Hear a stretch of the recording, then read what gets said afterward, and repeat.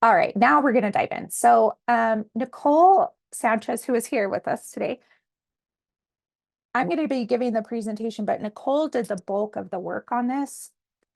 If there is anything wonderful about this presentation, it's thanks to Nicole.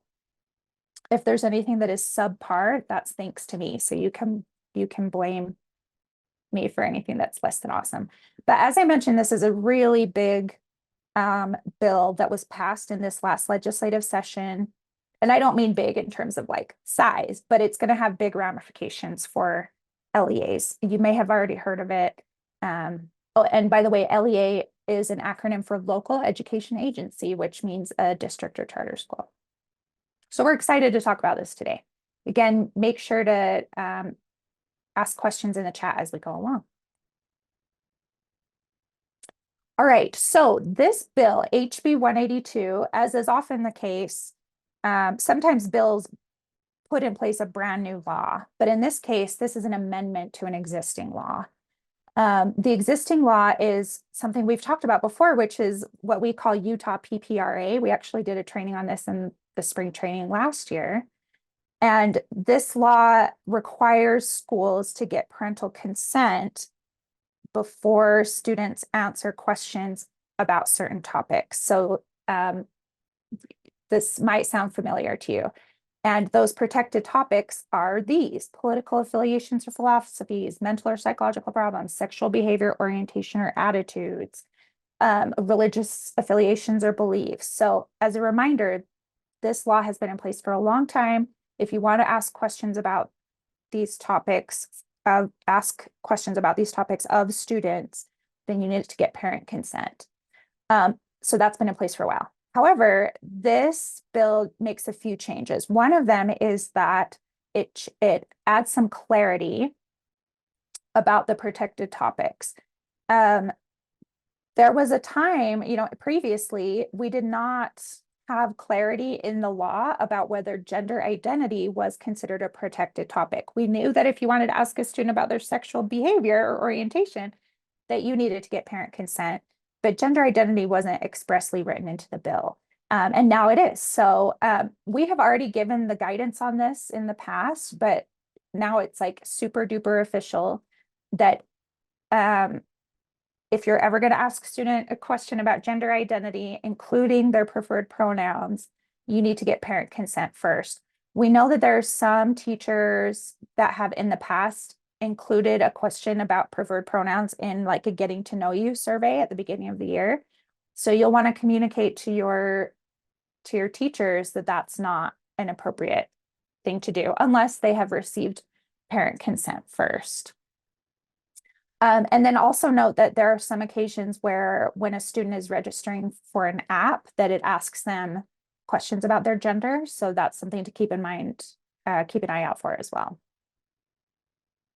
All right, that's actually one of the simpler changes. These other changes are more significant.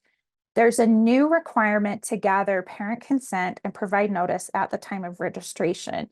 And this applies specifically to 3 types of surveys. So not all surveys, but these 3 specific ones. LEAs are required to provide notice of the survey and collect parent consent at the time the student registers. These are the 3 surveys, and then we'll break them down a little bit. The first is surveys associated with an early warning system. Some of you use a program called Panorama. That's an example of an early warning system. Some of you use other programs, and some of you don't currently use anything. But for those of you who do use an early warning system, and any surveys associated with that would require parent consent at the time of student registration. Second, and this is the vague one, the language in the bill is surveys with social emotional learning questions. And we'll talk about that in a minute. You can see that's, you can imagine that's going to be pretty tricky to interpret. And then finally, this one is nice here. If you administer the school climate survey, then you'll need to get parent consent for that at the time a student registers. So let's break these down. Early warning system surveys. Melissa is going to talk a little bit later about this new requirement, which is that all LEAs, all districts and charters, will now be required to use an early warning system because of a different bill that passed called HB 84. So using an early warning system will no longer be optional. However, administering the surveys that are associated with an early warning system is not a requirement. An example with Panorama is you can use Panorama to identify students who may be in need of, some like interaction with a supportive adult based on, not great attendance. So if you have a student that's starting to miss a lot of school, an early warning system can help a school identify which students might be falling through the cracks, for example. And it gives an opportunity for the school to make sure to check in with that student and provide them with any supports they need. That's the main purpose of an early warning system. Sometimes early warning systems have a separate survey component that's made available to them. Panorama is one of those. And the survey might have questions about social emotional learning or like questions about like resiliency and potentially like emotional regulation. So those are a possibility with an early warning system. And so you'll want to be aware of whether or not your LEA is administering those surveys. If they are, you need to get parent consent at the time of registration. This one, surveys with social emotional learning questions. This is the one that everyone I've spoken with has had a lot of questions about because it's quite broad. I want to mention here, so USBE does have a definition of social emotional learning, SEL for short. And, but as is the case with a lot of definitions, I mean, if you write your own policy, like you'll want to write your own policy, which we'll talk about in a minute, but if you do, you could refer to this definition, but you don't have to. The reason I'm showing you this definition is because I wanted to point out a phenomenon that we've been aware of and that other people have mentioned, which is that some social emotional learning questions can be very tricky to distinguish from traditional instruction. Here's an example of one. Set and achieve positive goals. So one of the questions that we've asked on our team, and Nicole Sanchez, having recently come from the classroom, said, well, how would that apply to, for example, an exit ticket where I ask my students, as a teacher, I have an exit ticket that asks my students, how do they feel about their achievement in their work today? Does that apply to this? Does that count as a survey with social emotional learning questions? And the answer is the bill does not define it at all. And so my recommendation to you would be to work to develop a policy at your LEA that helps you understand how to deal with this one, because right now it feels a little unruly and a little bit hard to understand. So that's the task for you, is to figure that out. You're welcome to, refer to USBE's definition of social emotional learning in that policy if you want to, but you're not obligated to. All right, the school climate. Let's see, I did see a question in the chat. Jerry asks, what for the requirement to have an early warning system, EWS, what is the timeline for that? That's a good question. I cannot remember. Melissa might be addressing that in her presentation. If not, we will answer that in our Q&A document. Thanks, Jerry. It's not this year, I don't think, for the record. And Sue asks if USB will be releasing a model policy. I would say, I'm going to get to that question a little bit later, but that topic a little bit later. I would say a model policy, no. We might be administering, the USB might be releasing guidance, but probably not an actual model policy. And I'll explain why in a little bit. Okay, so a question earlier on, yes, started about how often, I'm assuming, because the question is from Paul Lewis, must this be renewed each year or just when they initially register into the LEA? That's Uh, a good question, Paul. The answer is annually. The bill is specific about that. The consent needs to be obtained annually. Additionally, if there's a student that transfers into your LEA mid-year, for example, that consent, that opportunity to provide consent needs to be given to that student at that time, or if they transfer out and then even back in within the same school year, the bill says that they need to get consent again. Okay, Kate makes a note that there is already a PPRA model policy. Is that going to meet this criteria if we add the new item? Yeah, let's talk about that model policy. So a couple years ago, I went through that model policy. I'm assuming, Kate, you're talking about the one that the student data privacy team published. Is that accurate? Or are you, okay, so here's the deal with that policy. There is a federal law PPRA, and then there's Utah PPRA. They are very similar, except that Utah PPRA is more restrictive, and it's a little bit more specific.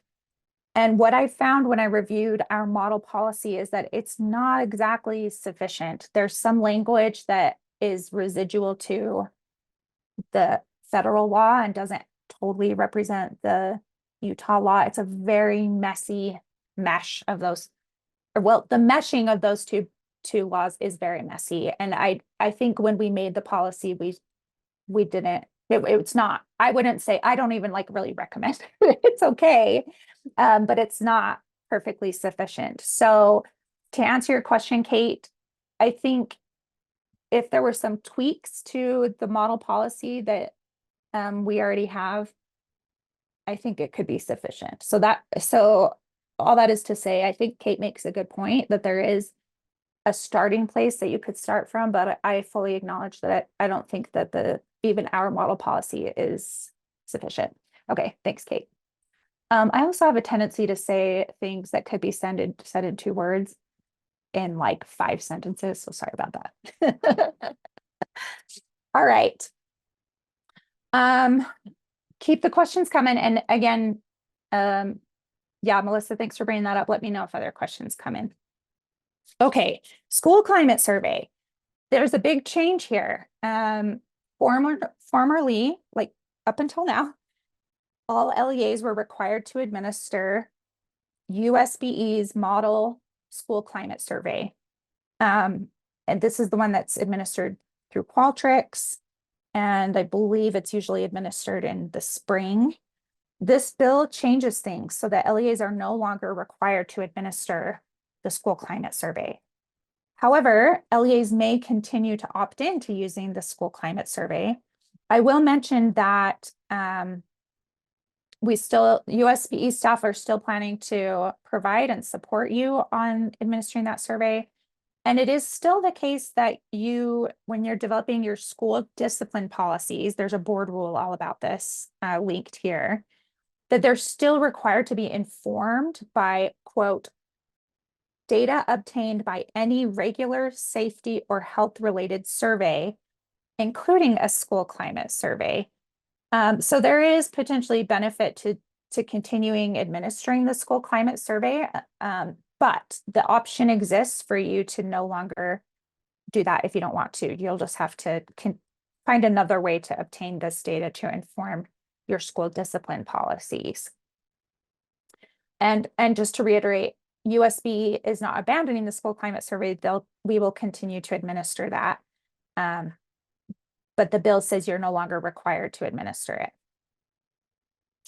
Okay, oh well, and I'll just to tie the whole thing up together, if you continue to administer the school climate survey, you will need to get parent consent for that survey at the time of registration, as with the other 2 surveys we just talked about.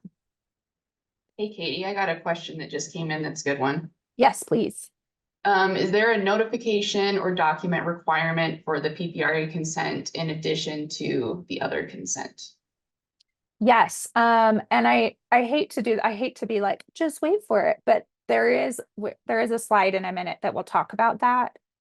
So I don't know who asked that question, but if I don't answer that question sufficiently by the time we're done, will you let me know? And okay.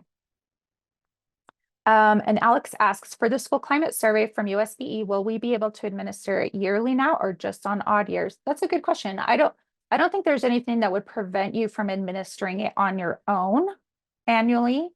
But I believe that USBE staff will only be like opening up the formal Qualtrics survey and doing our collection every other year, I believe, Alex.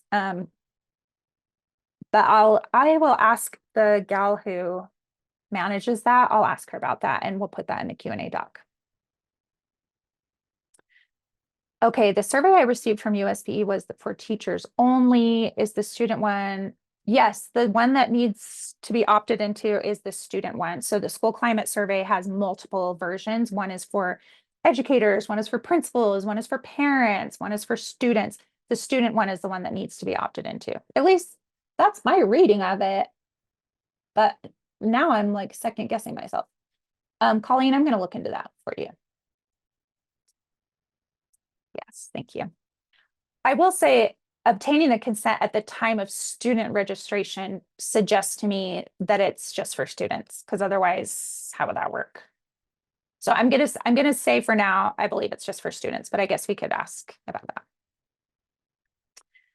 Okay. All right, so timeline for collecting consent. Let's see, I'm about out of time, so we'll try to move through this pretty quickly. Timeline for collecting consent goes like this. For those 3 surveys I mentioned, the ones that are required to get consent at the time of registration, this needs to happen at the beginning of the school year or when a new student transfers into the school, or as I mentioned, if they transfer back into the school. As you know, a lot of students can kind of come and go between your LEA. They leave and then they come back in the same year. So anytime that they re-enter your school system, they need to be given another chance to grant consent. For those other broader protected topic surveys, those Utah PPRA surveys, those ones, the requirement for the timeline requirement remains the same. It's 2 weeks in advance of administering the survey. Although parents do have the ability to waive their right to 2 weeks, the 2 weeks notice. All right, anytime you give someone the opportunity to provide consent, best practice is to provide them with a notice that kind of explains what's involved in the survey. That's best practice always, but this bill goes beyond just best practice and says you have to do it. So this is where I think I'll answer the question, Nicole Sanchez, that you brought up. The bill is pretty specific about what the notice needs to include. And I will say that these notice requirements are both for those surveys that you need to get consent at the time of registration and for those other protected topic surveys. This notice requirement applies to both. And a lot of this is stuff that is already included in your notice, but in some cases, it's a little more specific. So previously, the language was that you needed to provide in the notice a link to the survey. That has changed. Now the language says that the notice needs to include the survey. I don't know exactly what that will look like, but that's what it says. And then it also needs to be clear on the intended purpose and use for collecting the data to make that transparent to parents. It also needs to include the types of persons or government entities that share the collected data. This one's interesting, including a list of recipients who will receive the student level data versus aggregate results, and a list of the types of persons or government entities that receive the data collected from a government entity on a regular or contractual basis. It also asks that, or says that the notice needs to include the record series if applicable. And feel free to throw questions in the chat on this. My feeling is that this is going to be like, you're going to need to sit down for a survey and I don't know, maybe 3 or 4 people get together and just sort of grapple with this. Like, what does this actually look like? There's a possibility, it's unknown, but there's a possibility that USBE will be giving some like example language of what a notice might look like. But that's up in the air right now. And so it's possible that this is something you'll need to kind of grapple with on your own. When you're collecting consent, there's a few little nuances that the bill spells out. Can you incentivize a student to participate in a survey? No, this was an important part of the bill for the sponsor, that it's, you're not allowed to provide an incentive for participation, and you can't punish a student for not participating. Can you use consent that another school collected? The answer is no. You need to obtain your own consent at the time when the student registers at your school. And can you collect consent after registration if you need to? The answer to this is dependent upon the type of survey. For those protected topic surveys, the answer is yes, you can collect consent after registration, so long as it's 2 weeks before the survey is administered.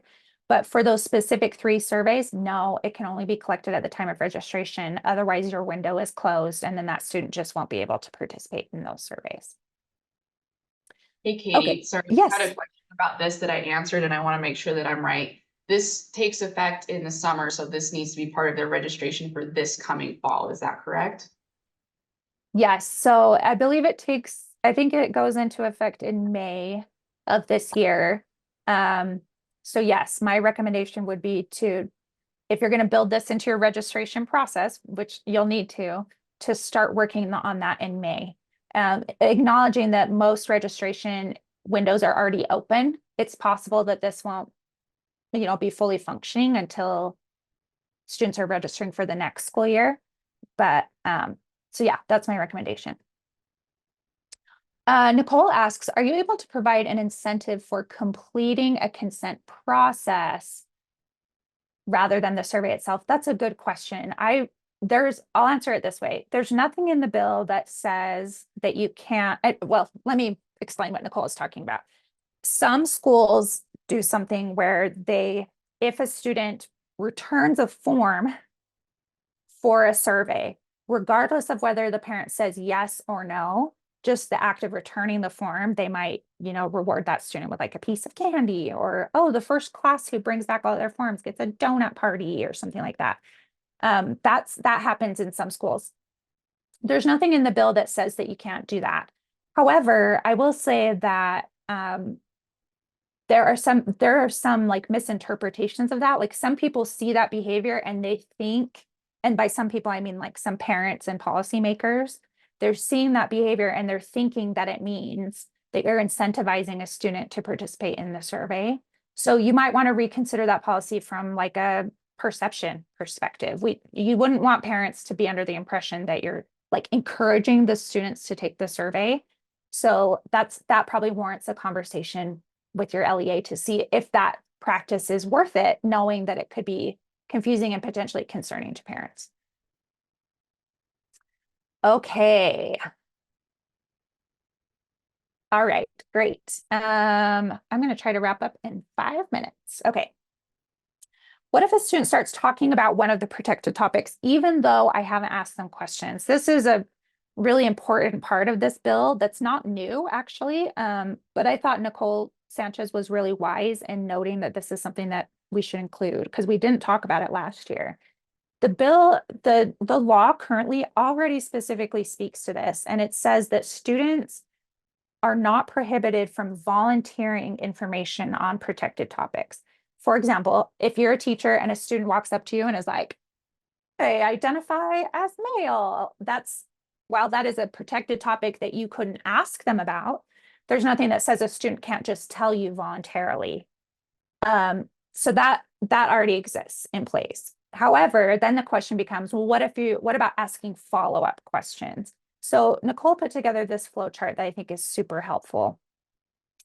If a student volunteers information and what they tell you is describing self-harm, or it might be information that suggests that this student might be at risk of hurting themselves or others, the law specifically allows school employees to ask further questions if the goal is to get additional information for the purpose of informing parents and referring the student to necessary services. So obviously the goal is keeping kids safe.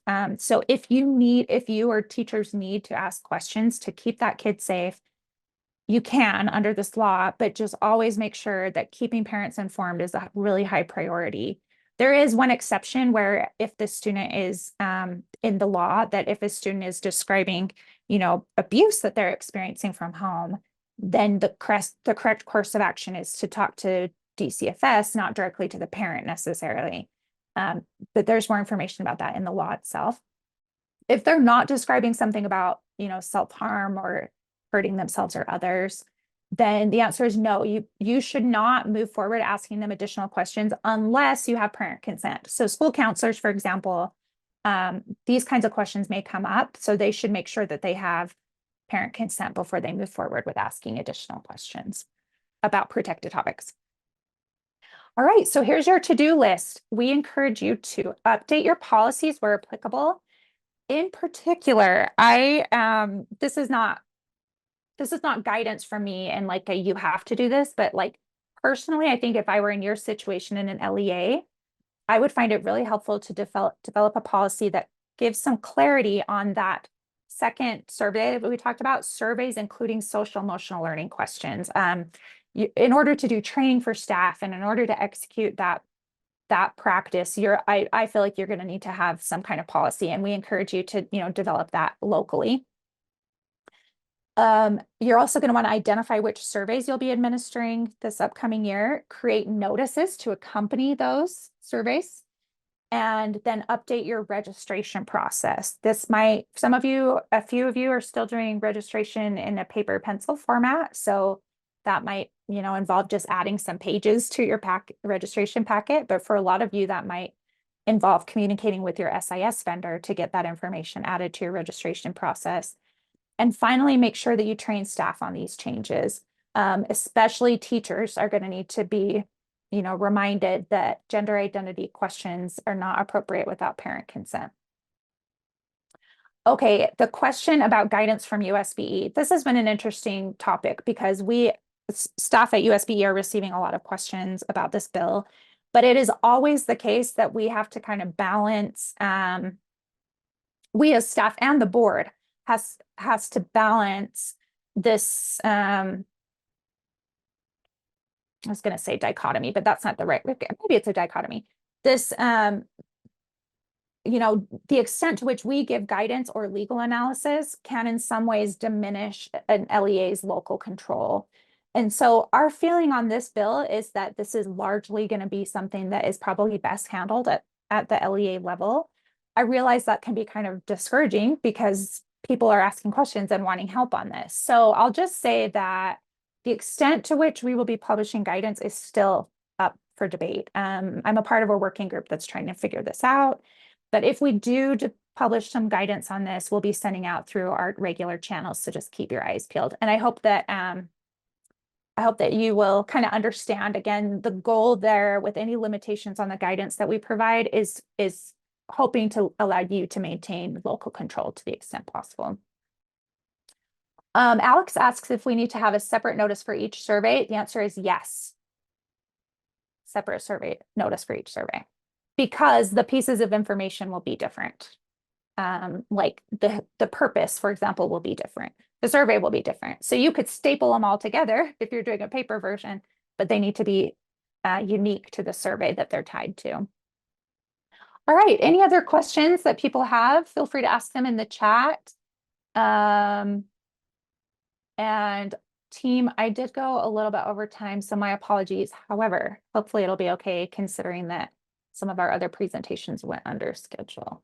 So, okay, go ahead and continue putting stuff in the chat if you have any questions. And again, some guidance might be published by USB, and if so, it'll be sent out through like our traditional communication channels.